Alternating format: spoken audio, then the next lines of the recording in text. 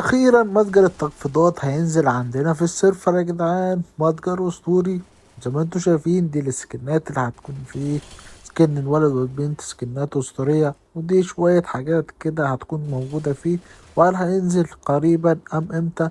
هنستعرض دلوقتي كل الحاجات الموجودة في متجر التخفيضات. زي ما انت شايف قدامك، ده سكنات وبطايق حضنة وسكنات تانية وكل حاجة يا جدعان. متجر أسطوري. وهل المتجر ده يا جدعان هينزل عندنا في السيرفر امتى؟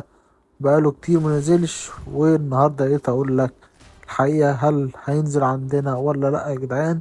زي ما شوفنا من البداية، شكله أسطوري يا جدعان. زي ما انت شايف كده، دي الصورة، دي السكنات بتاعت الولد والبنت، شكلهم أسطوري وهيكون فاير بس جامد.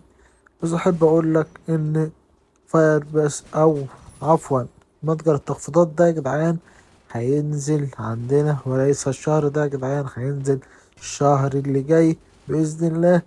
وعشان مفيش متجر تخفيضات الشهر ده، وانا حبيت اقول لكم كده، لان طلعت الفترة اللي فاتت جميع الناس يقول لك تسريب متجر التخفيضات.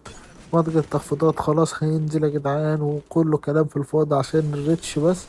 وزي ما شفنا كده يا جدعان، دي ملخص موضوع المتجر التخفيضات، هل هينزل عندنا ولا لأ. ويا رب يكون الفيديو عجبكم. ولو نزل متجر تخفيضات هيكون نفس الصورة اللي هجيبها لك، ونفس السكنات، ونفس كل حاجة. وبس كده يا جدعان، ما تنسوش اللايك والاشتراك. وكان معكم اخوكم سوسته، سلام.